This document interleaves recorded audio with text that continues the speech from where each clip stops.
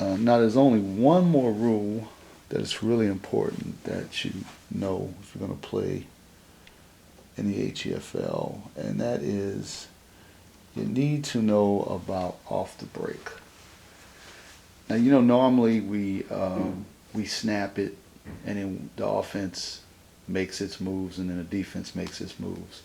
But what if the defense does not line up, or they overcommit to something?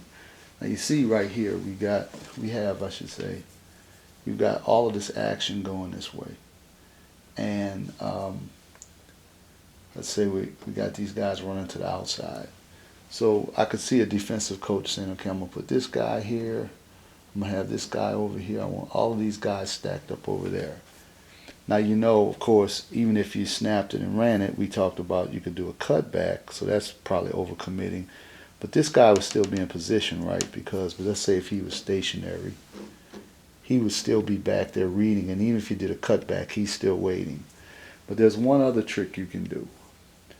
And this also is something, because we like to make it where everybody can have fun.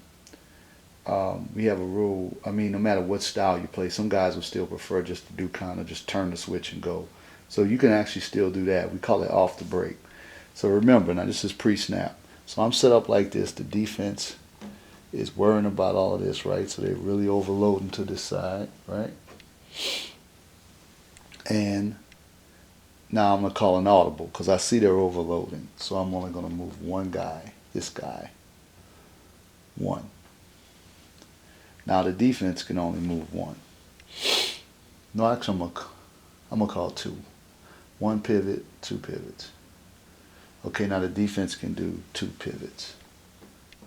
One, this is before the snap, and then maybe they do that, right? Now, the offensive coach, after they snap it, they can then say, off the break.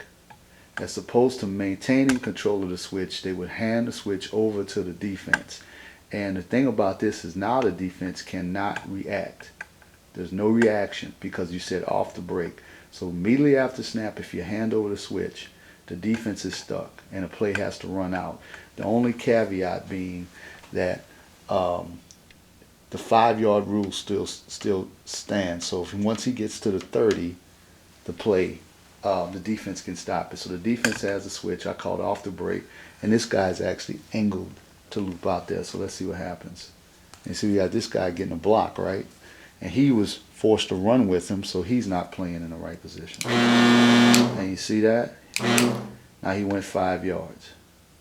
So we caught him napping with the off the break rule.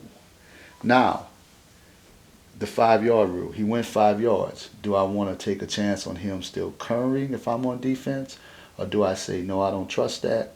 I want to try to tackle this guy. So on defense, I would say if I'm on defense, I want to adjust. So the offense goes first. And maybe they do that. And they do that. Because remember, anytime someone's not engaged, you can adjust. Now the defense can adjust. We have this guy throwing a block here. Can't block anybody in the back too, by the way. You can't block in the back, but you can block upfield. So we're going to chase him, and let's see what happens. He still has the ball, and he gets tackled. So that was actually not a bad call by the defense. Limited to not too big of a game. Not even, well, he did get a first down though. Now another thing you can do actually after the snap, you could do that with a pass also. If the defense, let's say they're too far off of the line of scrimmage, they have all their cornerbacks back, and you snap it, you can throw a pass immediately. That's called an RPO. You would snap it, then say I want to throw an RPO, you'd immediately throw the pass, adjust your players, the defense would adjust, and you would hand over the switch.